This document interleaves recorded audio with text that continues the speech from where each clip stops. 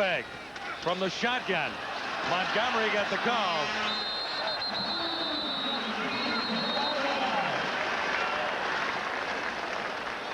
Chris Vargas, John, not known as a running quarterback. The BC Lions know that. In his career, he's really only rushed the ball about 18 times, 3 years, but he does a pretty nice job of buying a little time, ducking the tackle from Joe Fleming, and then this is just heads up.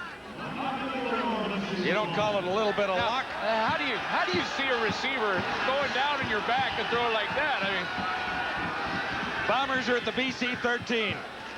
2nd and 5. Vargas stands in, the touchdown toss, no one home.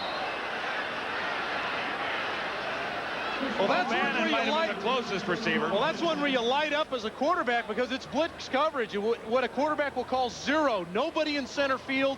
They're coming after you, trying to pressure you. And when they pressure the quarterback, they need to try to get to him. They just didn't get there, and he had a lot of time to deliver this football. yeah, and I think with Turon O'Bannon in there was a little bit of miscommunication in the depths of the routes. It didn't look to me like there was a good distribution between the two receivers, Milt Stiegel and Turon O'Bannon, and they couldn't break open in their route running. You know, Turon O'Bannon has missed 6 weeks with a hamstring pull. This is his first game back. Westwood missed his first field goal. This from a little closer in. It'll be spotted by Cameron on the 20-yard line, and Westwood nails it. So on 2 turnovers, the Blue Bombers come away with 4 points, and that's the lead they have in the BC Lions on Friday Night Football. Back at Winnipeg Stadium, it's Friday Night Football as the Bombers look for their 3rd win of the season. They have the lead on the BC Lions at 4-0. And Westwood prepares to kick it off again for Winnipeg. 3 deep for the Lions. It comes up short. David Benefield on that return. We're listening into the BC bench and Adam Rita tonight. They said they're not going to do anything except just play. Treat them like anybody else. Hey, Dave. They were in quads one time. They had a guy go free right down to, I don't know if it's the outside or he came right free down to the post. Tyrone Montgomery. We were in quads, and we only had 2 guys or 3 guys over there. A gentle reminder to the D coordinator, hey, if they got 4, we need 4, not 3. Sean Millington on first down. He's almost got another one. Close to 9 yards, wrapped up by Rob Robinson.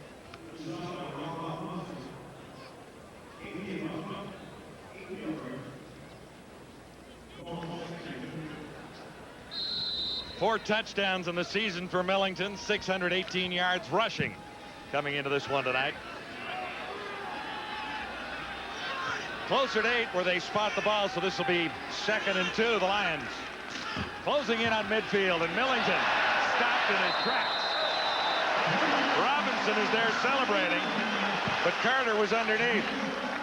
I think you can credit the entire defensive front this time from Winnipeg as they clog it up. Tyrone Montgomery's right in the middle of it.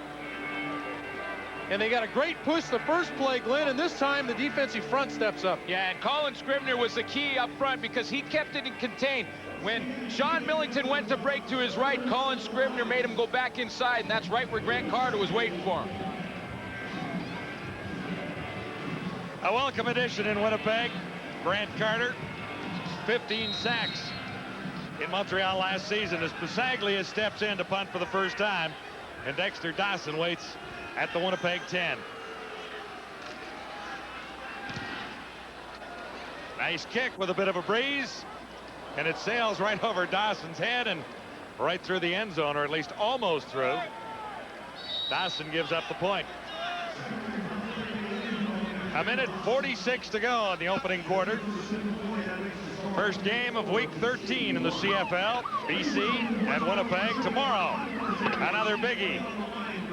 Argonauts and the Eskimos. Now the word I hear is Danny McManus is ready to go and will start in that game.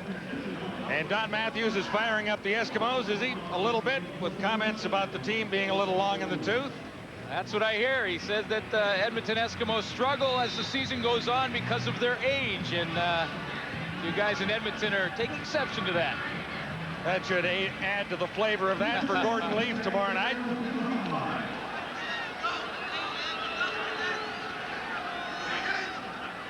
Winnipeg first down at the 35. Vargas, a pretty good drive last time he got his hands on the ball. Missed his target this time.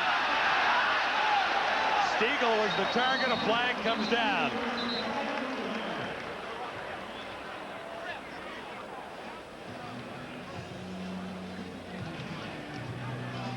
Leading receiver in the CFL has yet to catch one here tonight.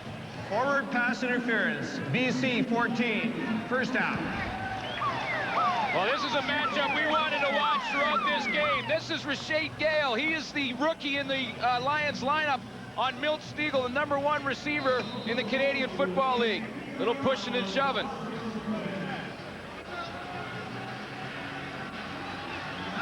Bombers have been able to take advantage of a couple of breaks in this one tonight, including 2 turnovers. Another Winnipeg first down. Flags go down a little bit late. Appeared to be early movement from the BC side of the ball. 40 yards and penalties for the Lions so far.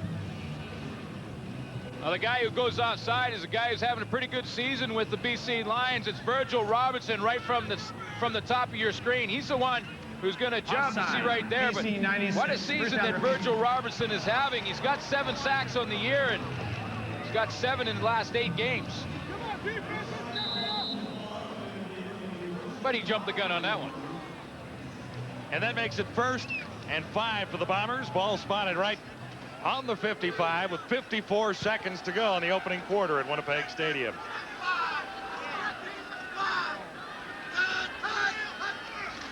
Vargas with 3 receivers to the near side, and he hands off Tyrone Montgomery.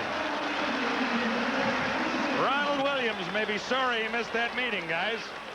I don't think there's any question about it. Tyrone Montgomery has come in. And Rondell, we on TV, baby. What's going on? yeah, you're on TV, but you're sitting on the sidelines. Is what's happening in the there. doghouse. Tyrone Montgomery out running the football, and this is a guy that has really been taken under the wing of these teammates. They say he's a class act, great guy, brother of 3 guys that played in the NFL, and I think you can see the burst when he hits the hole. Another Winnipeg first down. The result, Vargas throwing confidently for Stiegel. Great coverage on Milt Stiegel, supplied by Rashid Gale. So it's 1-1 in the battle between those 2 right now. 1-1, and it's going to be a long night for Rashid Gale in the battle all night, because Milt Stiegel's the deep threat. He's going to run the corner here, but pretty good coverage by the rookie. It's good coverage by the rookie, and Milt really didn't give him anything at the top of his route. As Milt's coming to the top of his route, he doesn't really stick him and get him to turn to the inside, which allows the rookie to roll right out with him on the play and knock the ball away. But as you said, that's going to be a tough matchup all night long right there. 2nd and 10, Blue Bombers. Stiegel to the near side with 2 other receivers. Vargas looking in this direction, and he finds Dex Dawson. Rashid Gale was on the coverage there too, or at least in on the tackle at the end of quarter 1. We'll send you back to Friday Night Football Control. Friday Night Football tonight.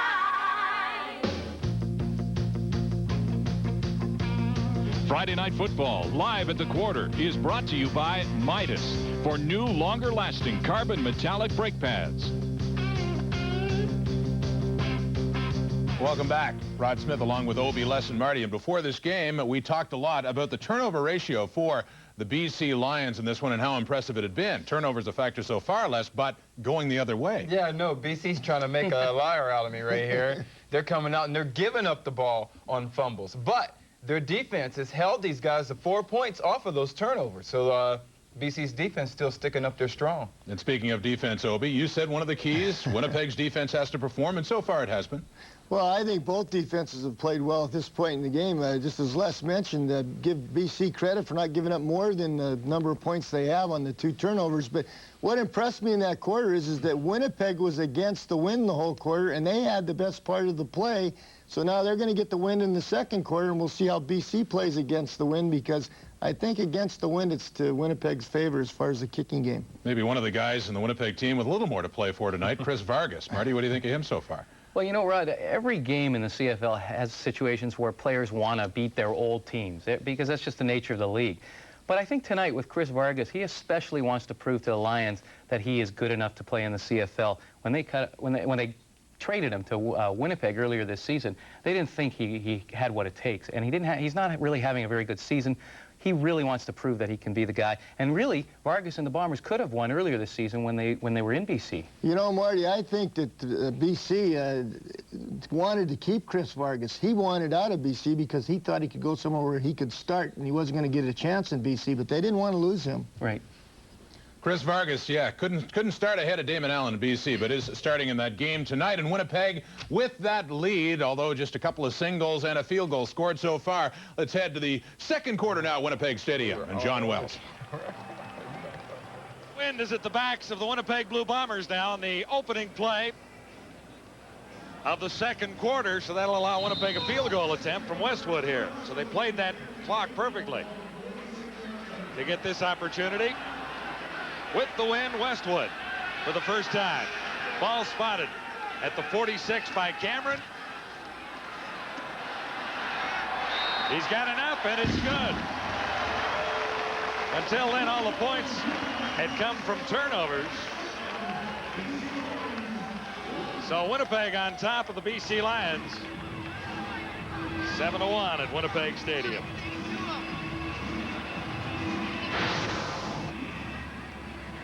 Well, the stats, really the only glaring thing are the 2 turnovers. Other than that, both quarterbacks have played extremely well, distributing the ball underneath, taking what they've been given. That's why it's a close ball game right now. Yeah, time of possession you see in favor of Winnipeg, and that's just a tribute to Chris Vargas. Again, for the second game in a row, he looks confident, throwing from the pocket, throwing strikes, and his receivers have come up with some big catches for him. Damon Allen good on 5 of 6 for 37 yards. He moved the Lions effectively for a bit, but then there were turnovers. Now here's Millington taking off again. Sean Millington, a power out of the BC backfield.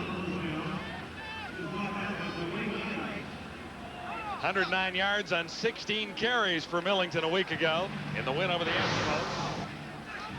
And that's saying something. When you run for 109 yards against that defense in Edmonton, that's saying something. You saw how strong he is. He got hit by Dwayne Knight there, who's about the same size, and he's carried him about 6 yards down the field. Having a great year. I mean, this time last year, Sean Millington had just under 300 yards rushing the football, and now he's well over 600, just having a tremendous season. The gain is 7. So the Lions are looking at 2nd and 3. Trying to get across their 45 for a first down.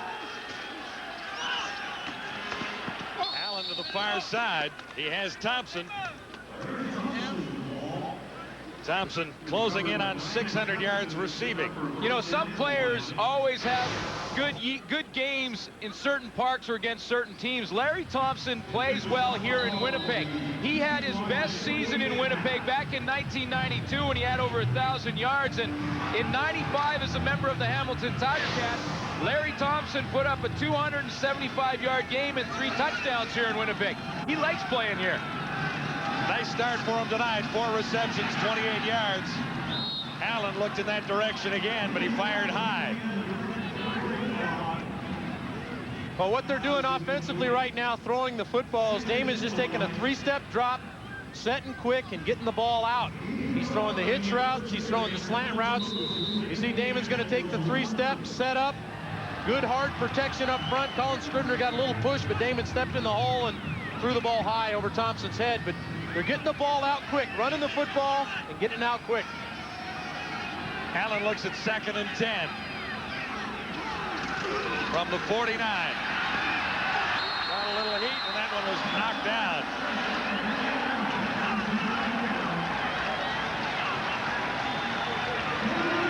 Well, Damon wanted to throw the ball to the corner route. He got good pressure through the middle as Glenn Scribner and the crew came straight up the gut. See, Damon takes a 5 steps drop out of the gun. Good pressure in the middle.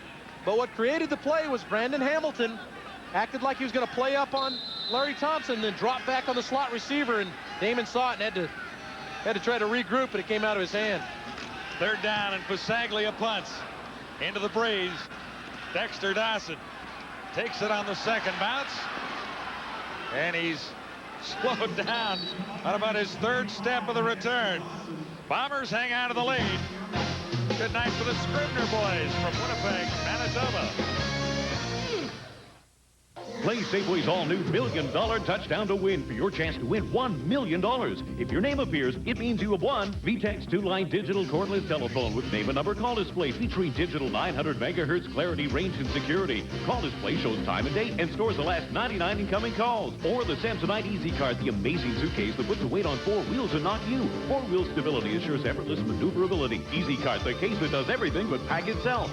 For your chance to win, visit your local Safeway Food and Drug today. Well, Jerry, I don't know about you. Looking for something different? I can remember in the past. Want to get involved? Feel the rush. Get in the game. The CFL is back, more radical than ever.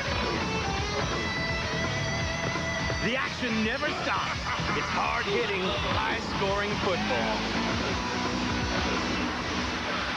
Where are the attitudes? Feel the rush. Get in the game. And he's taken down. Bad news, love. You're splitting us up for this mission. How tragic. Don't worry, though. Got you this Subaru Forester. A sport utility. Not just any sport utility. Observe. A lower rear end that's easy to load, easy to get into as well, all with a smooth car-like ride. Of course, I know it'll be rough without me around, but I'm sure you'll get used to it. Subaru Forester. Sport utility tough. Car easy.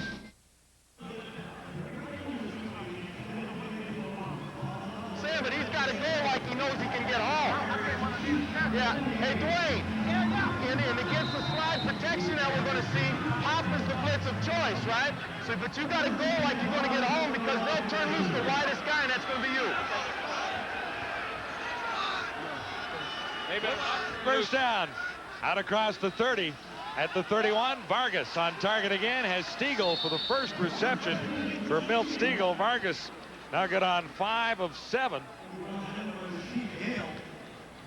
Now, wait a minute. That was what, a 6-yard pass to Milt Stiegel? Now, I got his average at 27.3. He's not going to like catching too many of those. I was just getting ready to say, that's really going to screw up the average.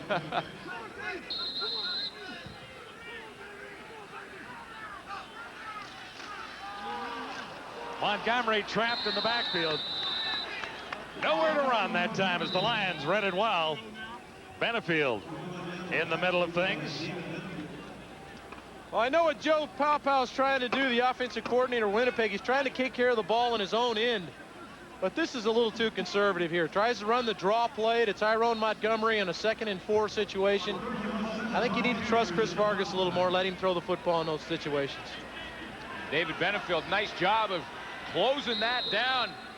Had his first sack last week versus Edmonton in his 3rd start with the Lions. Cameron at his 20-yard line with a bit of a breeze, high and deep. He got all of this one. Back to the 25.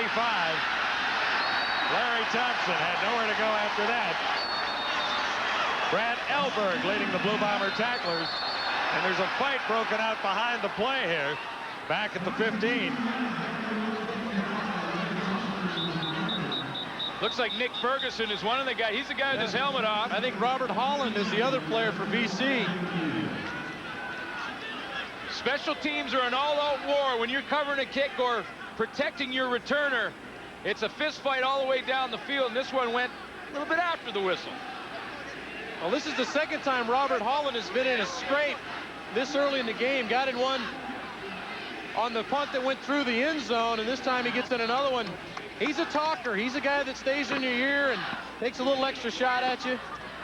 Tries to work you out of your game. Marker down at the 50.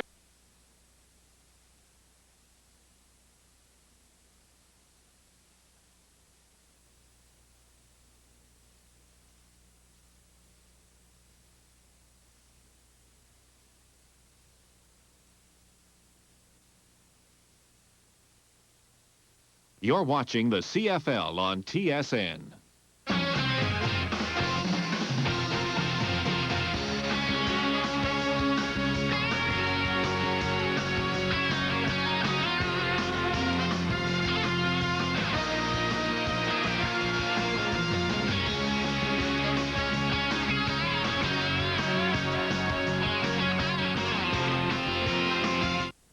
Welcome back to Friday Night Football Control. We apologize. Our signal's gone down in Winnipeg, the Blue Bombers and the BC Lions, and we'll get back there as soon as it is restored, with Winnipeg leading BC in the second quarter. Once again, the satellite feed has gone down, and we're back in studio now with Marty York, Les Brown, and Bob Obilovich, anxiously awaiting to see the rest of this football game. We have the time now to talk a little bit about it. It's a little surprises so far.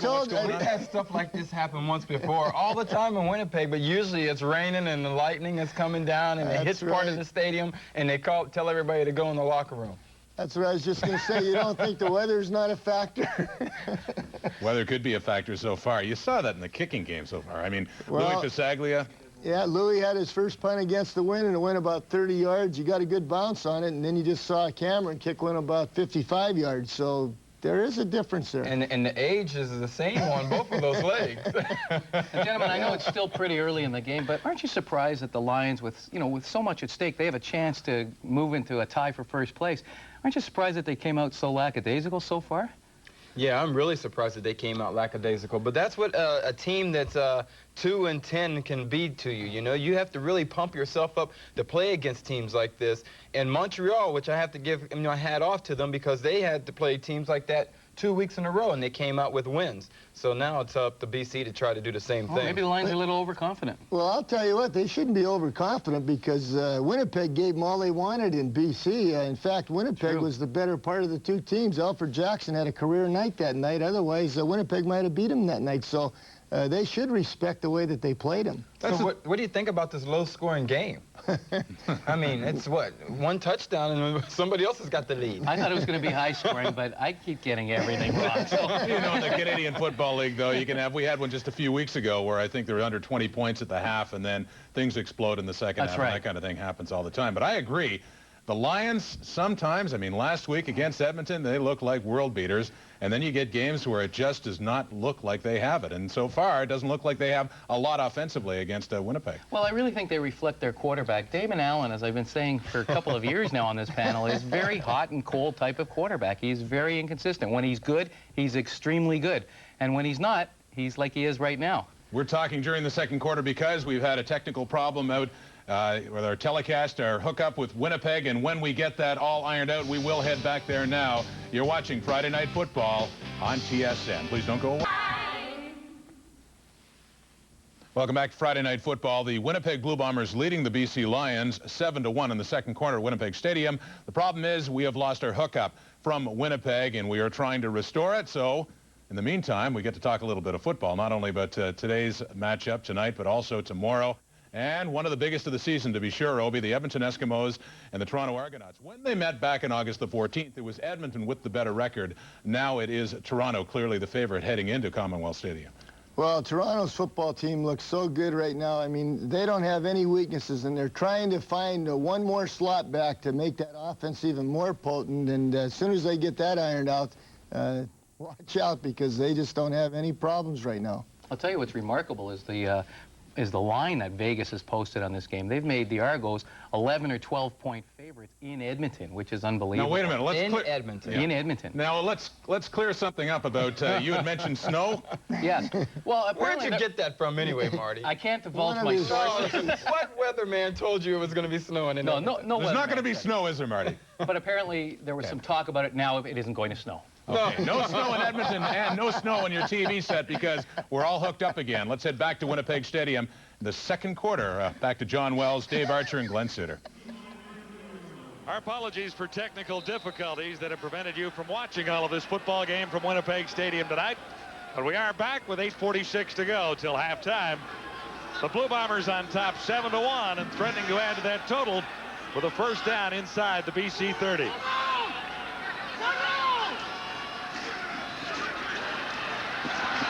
Vargas, all kinds of time, decides to grab a couple himself. Who was open? I know that someone had to be open from the look on your face, David Archer. Well, I think he did a good job of reading coverage, but I think he gave up on his protection a little too soon. I thought the defensive line did a good job. And speaking of good jobs, here's Dexter Dawson, and Dexter's thrown a touchdown once this season, and he gets another completion. He's 2 for 2. He's He's probably the highest-rated passer in the league right now. And I would think so. And that was really the only big play we missed in the last couple of minutes. But it was a big one for Dexter Dawson and the Bombers.